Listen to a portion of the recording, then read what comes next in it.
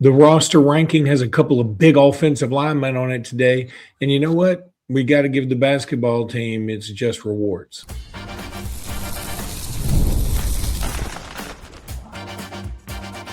You are Locked On Bama, your daily podcast on the Alabama Crimson Tide. Part of the Locked On Podcast Network, your team every day.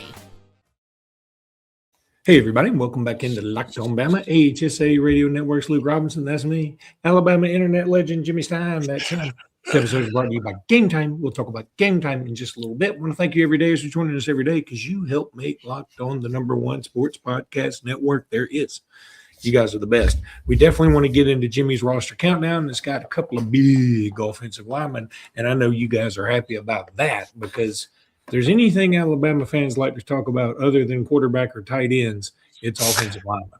So, but I think we do have to start with basketball because that was such a big win yesterday. The team has been going through so much. If you want to say, hey, it was self-inflicted wounds, or self-induced drama, okay, so be it. That doesn't matter.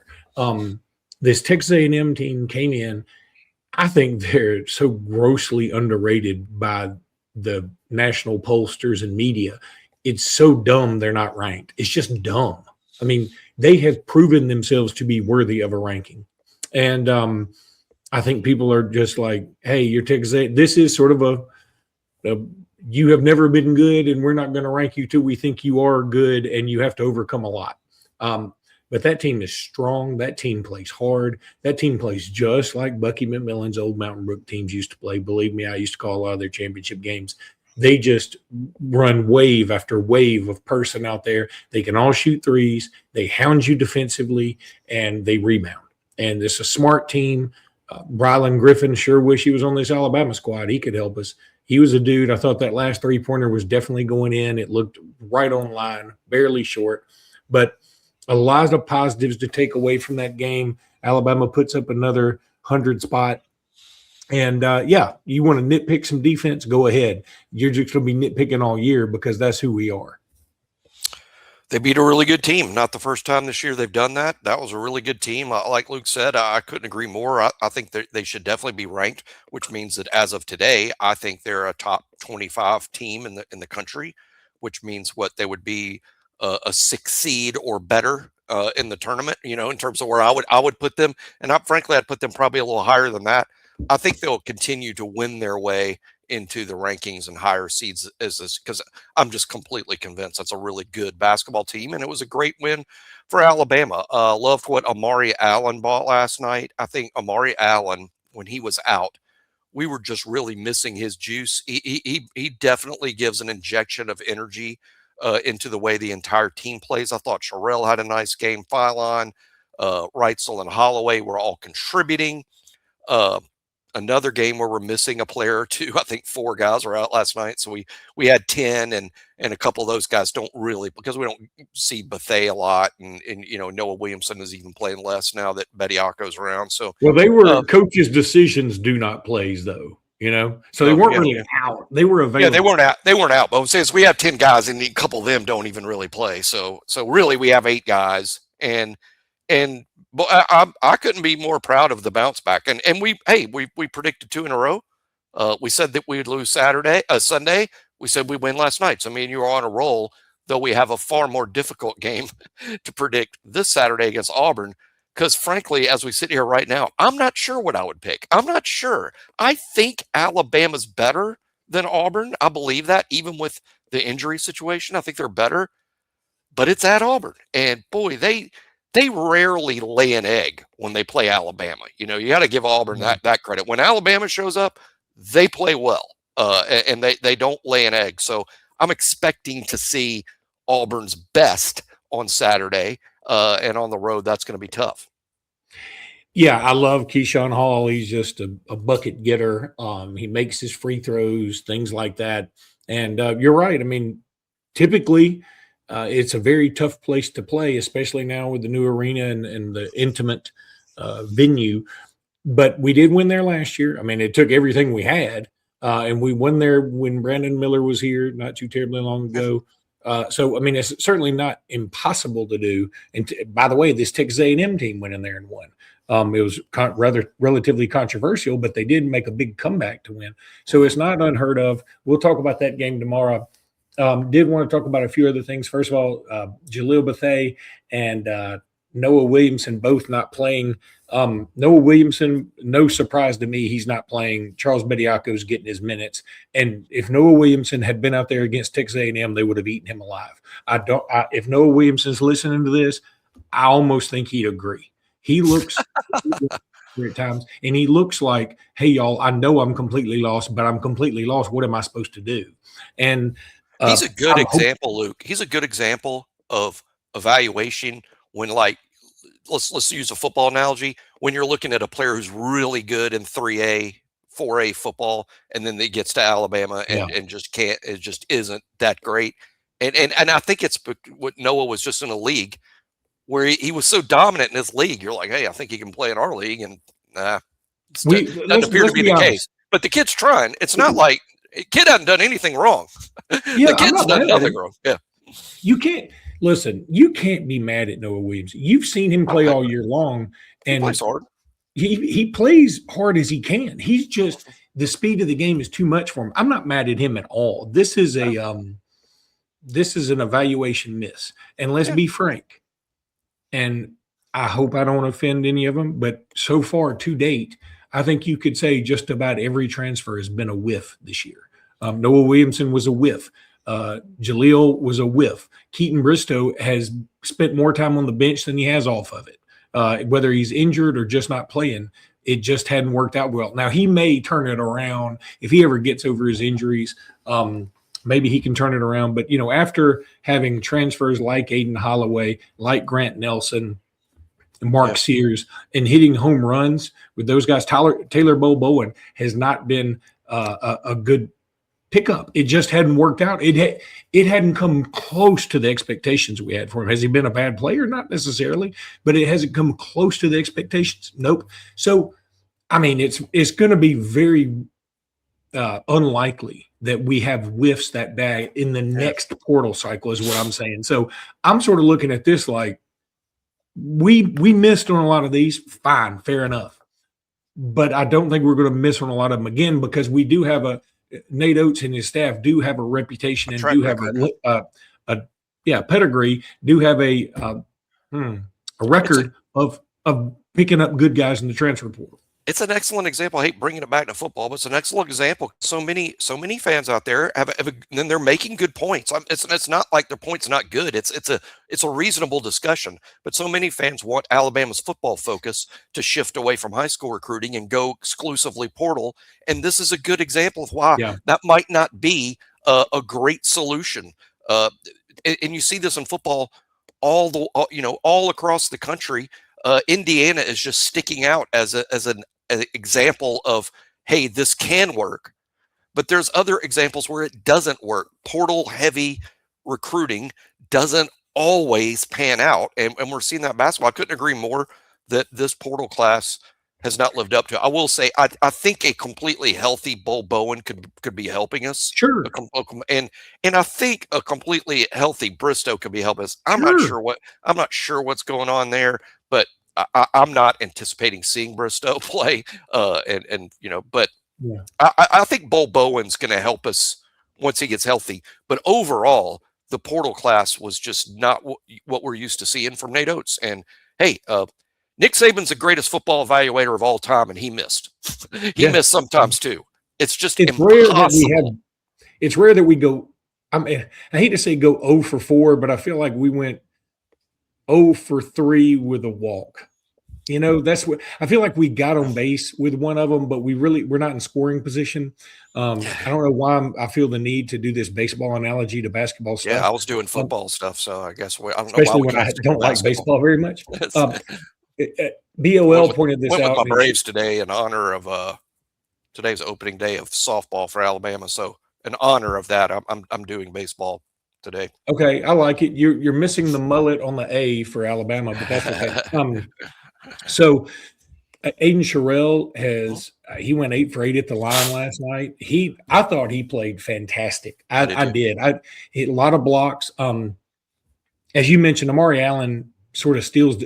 Amari Allen is a do everything. I talked about this last night with Asian Jimmy Michael Southern on the post-game show, where I said, I get it. Like when you see the top 10 freshmen in the country and you see Peterson, or you see Boozer, or you see DeBansta, you see all these guys, and they're phenomenal. They're pros. They're first 5 pick kind of guys. No doubt. That may be the first 3 picks. But Amari Allen, he's not in the discussion of freshman of the year, but he's in the discussion of, hey man, when we talk about badass freshman, we got to bring up Amari Allen, because he is a do-it-all guy. He's a do-it-all guy he comes in without all the hype and hoopla. He wasn't, like, I would say, heavily super recruited by all the big boys. He was Gatorade Player of the Year in Wisconsin, and still probably didn't get enough accolades. But he's been fantastic. And then, of course, Aiden Holloway with his freaky shot at the end of that, which I said, great. It reminded me of George Teague's strip at Lamar Thomas, because in the end, every time I think about that play, I'm like, oh, well, it didn't count. When you don't convert the and one, it doesn't feel like an and one anymore. It was like, but one. you made the other shot, but you missed the other one. So if he had completed that and one, that would have been nicer. I thought, of course, LeBaron does his thing. Trying to think if there's anybody else. Bediako was okay. Wrightsell wasn't premium Wrightsell, but he made some shots that helped win. Yeah, I thought it was weird. On BOL, I don't want to see who the author is. He said, this is Blake Byler. He said, I'm going to go ahead and say Latrell Wrightsell is all the way back. I know he hit a big 3 late, and I appreciate it, and I love Latrell Wrightsell. I do. I love him. But I'm not going to say he's all the way back. I also saw him shoot an air ball 3-pointer that was moderately open, which was weird. He missed Coleman Coliseum with that 3. Yeah, it was a bad shot. I think a game or two ago, Wrightsell was 7 of 10. So I do think he's healthier than he's been, and capable of really going off. And but I didn't think he was superb last night. I thought he was fine, and he helped us win the game. But Phylon was great. Holloway's great. Amari Allen's super great. One last thing about Amari Allen. If you judge a basketball player solely on nothing but points scored, and that's how you judge a player, then you're probably knocked out by Amari Allen. But if you evaluate a basketball player on doing everything it takes to win a basketball game, that's where Amari stands out to me. If you need a rebound, he gets it. If you need to make a shot, he gets it. He can score inside. He can score outside. He can defend 5 positions on the floor, Herb Jones-like. Now, he's not Herb shutdown defender yet, but Herb wasn't Herb as a freshman either. Nah, he was good, though. Amari's going to become that, but I'm afraid he's going to be doing it in the NBA. I don't know that he'll stick around for 4 years like Herb did. He ain't going to be here 4 years, but I'm hoping for 2. If he and Holloway and Sherrell are all back next year, and then you add in Samuels, you add in Terrace Bowie, and you add in maybe a Caleb Holt, and then you throw in some transfers that I don't think will miss on him. Maybe Bristow comes back. Maybe there's some London Jemison, who I thought played well last night. He should have mentioned him. He was fantastic. Should have mentioned him. So you and if I'm missing somebody, forgive me. Bo Bowen may want to come back. I don't know, and he may be healthier. So I don't mean to miss anybody here. But that'd be a nice start to this whole thing. There is no doubt about it. I'm Kalia Butler, host of Locked On Women's Basketball, and this is Mazda's Women's Basketball Snapshot, celebrating the work no highlight reel can ever capture. Number 1 ranked UConn dominated Tennessee 96-66, turning a halftime tie into a historic win and avenging last season's loss by delivering the largest margin in the rivalry's history. AZ Fudd had 27 points and Sarah Strong added 26 as the Huskies remain perfect on the season, reminding everyone why they are the reigning national champions. In the Big Ten, number 2 UCLA rolled past number 8 Iowa 88-65, powered by 22 points from Angela Dukeledge and a huge advantage in the paint, staking their claim as a national threat. These moments are earned off the clock, those long before the lights ever come on. The sweat, the fakes, the doubt, the scrapes, and coming back for more every time. Mazda puts that same drive into every detail. Wins define the moment. Putting in the work, that defines you. There's more to a Mazda because there's more to you.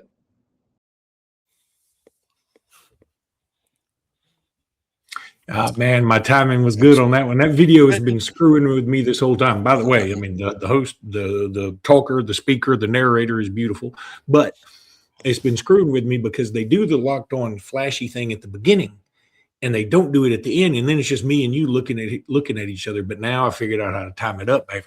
Now we're cooking with gas. Now we're cooking with gas. And Alabama's women, speaking of locked on women's college basketball, Alabama's women, I think, play today.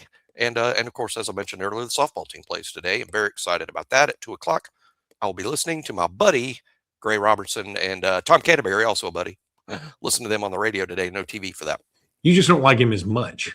I've met Gray in person. So I've only talked to Tom online. All right. So roster countdown. You got 2 big offensive linemen this time.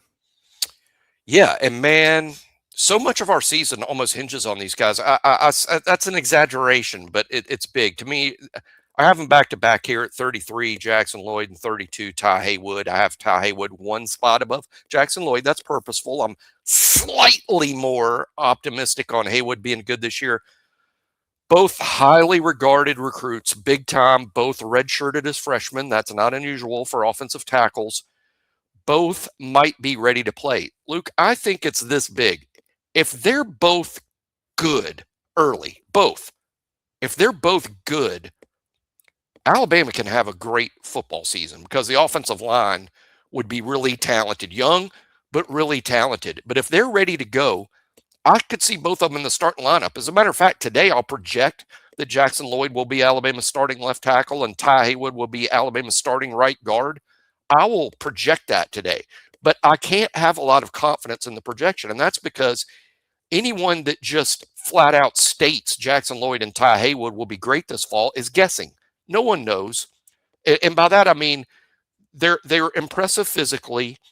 They're going to be good players at some point, but not even future NFL stars are ready to be SEC football players in year 2 at the positions they play. They are both completely unproven. They just both have a lot of potential. Will they come? If they come through, it can really make a difference for Alabama. I think from 10-2 to 7-5. I mean, that's how big it is to me about the offensive line. And for the offensive line to come through, it's kind of hard to imagine the offensive line not being great unless these two are part of the deal. But there's heavy competition. They're going to compete with each other, I think, for the left tackle job.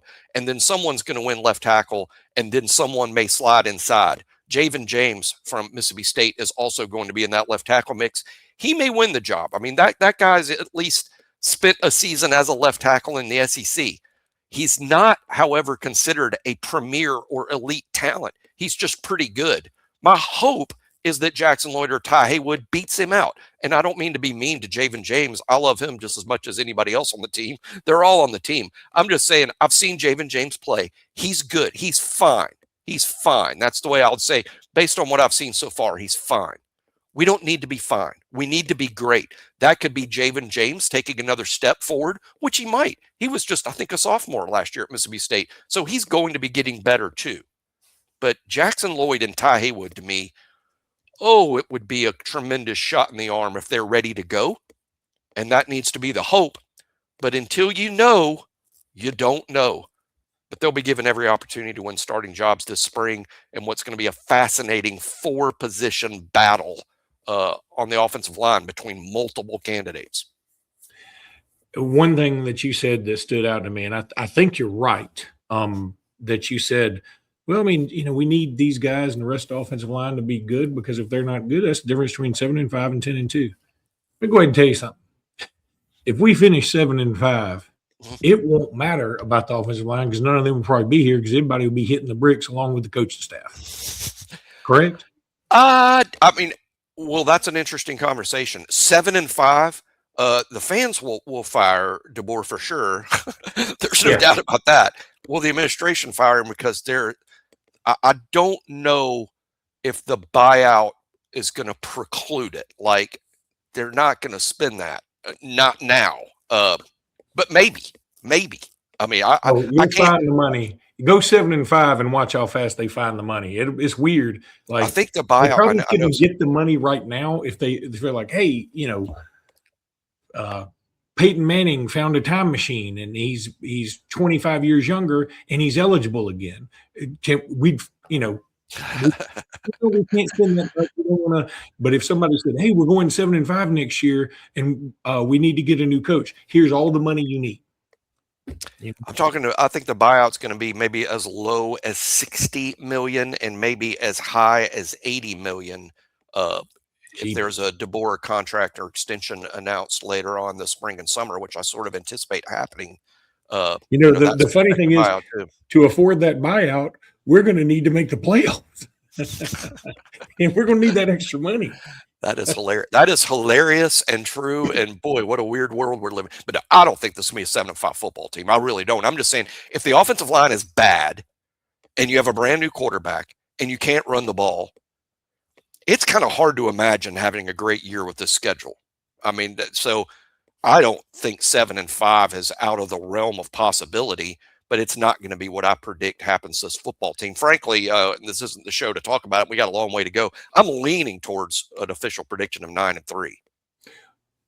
I mean, I know 7-5 is possible. I mean, look, I lived through 2000 where we were preseason number 3 and we went 3-8. Yeah. I mean, so I know it's possible. I'm just saying. I don't think that's going to happen. I think a 7-5. I don't care. I don't care about the schedule. People are going to be pitchforks and torches, and that's the way it's going to be. Now, I might be one of them.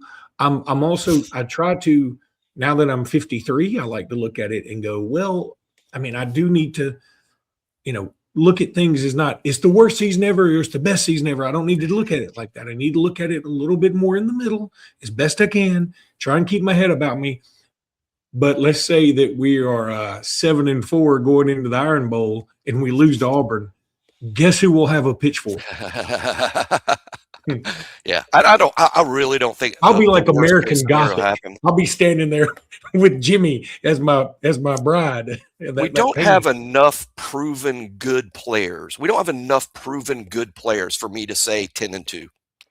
But we do have enough proven good players for me to say it's not going to be 7-5. I mean, that's kind of the way I look at it. Now you're talking my language, Jimmy.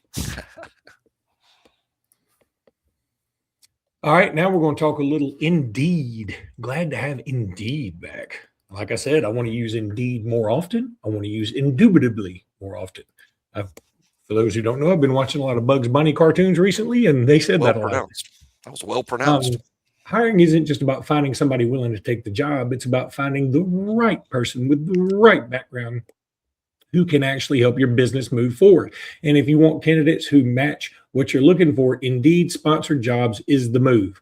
Because instead of hoping the right person stumbles across your post, Indeed helps you match with quality candidates by boosting your job listing to the people who fit your specific criteria, like skills, like certifications, and location. If I were hiring, I wouldn't just want to have someone who can help. I mean, get that anywhere. I want someone with real experience who can jump right in. And here's a stat that says it all. In the minute I've been talking to you, companies like yours made 27 hires on Indeed, according to the Indeed data worldwide. So if you're hiring, spend less time searching and more time interviewing candidates who check all your boxes with Indeed sponsored jobs. Listeners of this particular show right here will get a $75 sponsored job credit to help your job to help get your job the premium status it deserves at Indeed.com/podcast. That's Indeed.com/podcast. Terms and conditions apply because they apply to everything. Hiring, do it the right way with Indeed. There's also Game Time. Y'all know you love it. It's back. You love it. I love it. I've used it a million times. I mean, not a million, but a lot. There's nothing like being in an NBA arena, the crowd, the energy, the moment. Getting tickets, though, that part hasn't always been so fun. That's why Game Time has become the go-to app for scoring tickets fast without the hassle. It puts the advantage back where it belongs with the fans, you guys. Pulled up the Game Time app, picked an upcoming NBA game, had tickets locked in within minutes. My son goes to Phoenix Suns games all the time. He actually works for the Suns too, so it kind of works out. But we love going to Phoenix Suns game when I go see Truett. Take the guesswork out of buying NBA tickets with Game Time. Download the Game Time app, create an account, and use code LOCKEDON for $20 off your first purchase. That's code LOCKEDON, all one word, for $20 off. Download the Game Time app today, and remember, it's gametime.co, not gametime.com. It's gametime.co. So you need to remember that, Jimmy Stein guarantee.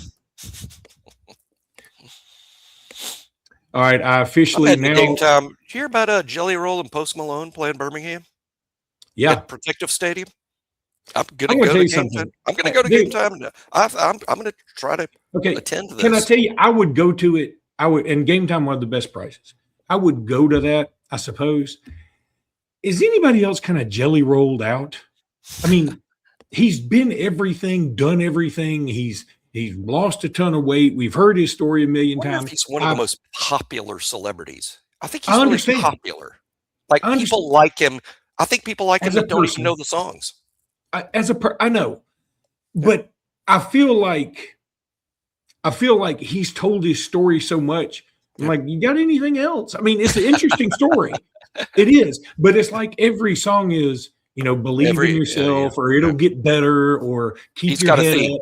He's got a theme that he sticks to. And again, all the self-help stuff. Hey, you're talking to a guy who takes depression meds, so I know I'm down with getting better. I'm down with it. I'm a Post Malone fan too, though. So I like Post and Jelly, and I've never been to Protective Stadium. I'm probably not going to see UAB play football there. So I went to Protective Stadium. I went to Protective Stadium when Garth Brooks came out there. And who's he married to? Trisha Yearwood, is that right? Correct. And she came out there in a pair of jeans that she had to jump from the second floor to get into. There's no other way that could have happened. Those jeans had to be put on around her. You can't just slide into them puppies.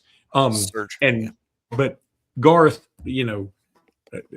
anyway, Jelly Roll, I appreciate Jelly Roll at the Grammys. Billie Eilish is up there talking about stolen lands, and now she's about to get her house taken away up there. That'd be kind of funny.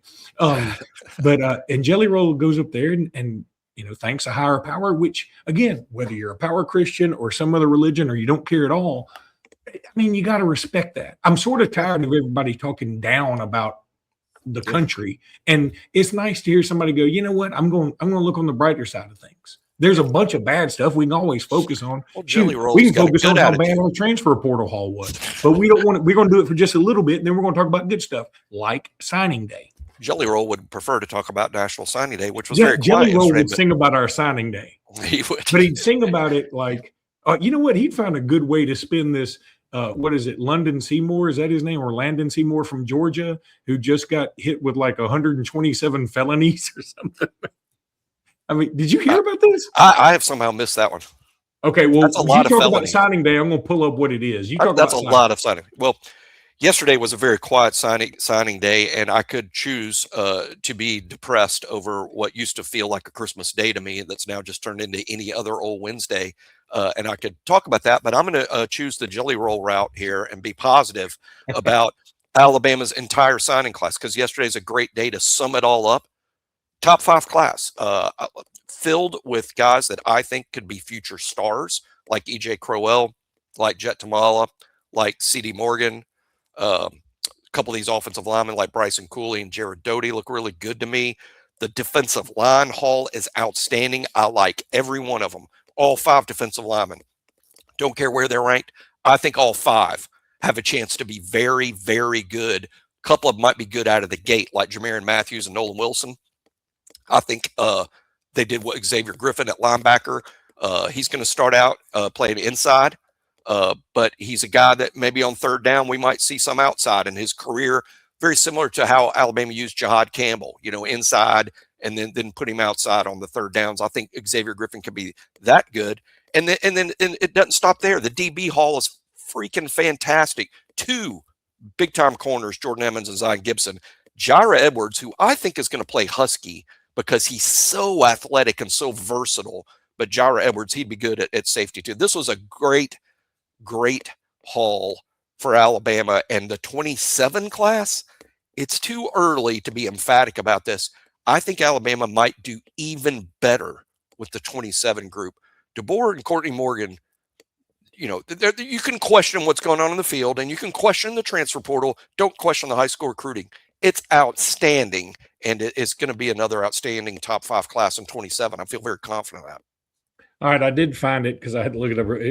I was a little high with 127 felonies. 4 would be a lot. It's 11. That's a lot. That's a lot. Well, it's not over 100, but it's a lot. It's 3 times more than what I would consider a lot. Well, here's the thing.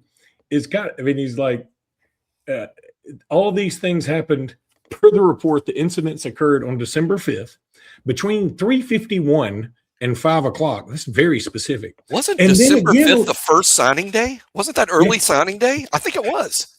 And then again on December 6th at 4:15. So whatever they damaged the hell out of, they said it wasn't enough. They go kept back. going. Took them a 24-hour period to pull it all off. It is he was booked on Thursday, January 29th at 9:44 p.m. and was released after posting bond at 10:57 p.m. He posted his bond totaling $1,410 for each count. So, that's over $14,000. I don't know exactly how much because I'm not doing the math, but let me tell you something. People want to get on to us for Charles Bediaco or something. Okay. Georgia's got an arrest problem over there. They got a big They have 11 felonies is a lot. That's a lot for one dude. He's busy. For one dude in one instance. It wasn't like apparently, 2 instances because he went back and trashed. It's so weird that we're recapping signing day, and apparently his crimes took place on the early signing day, which I think was December 5th. It was. You think he was mad Georgia was ranked too low? Signing day was actually December 3rd. I was off by 2 days. That's close enough. I liked it better when you told it the way you did. All right, well, let's jelly roll on out of here, Jimmy. Until next time, roll tide, everybody. Roll tide.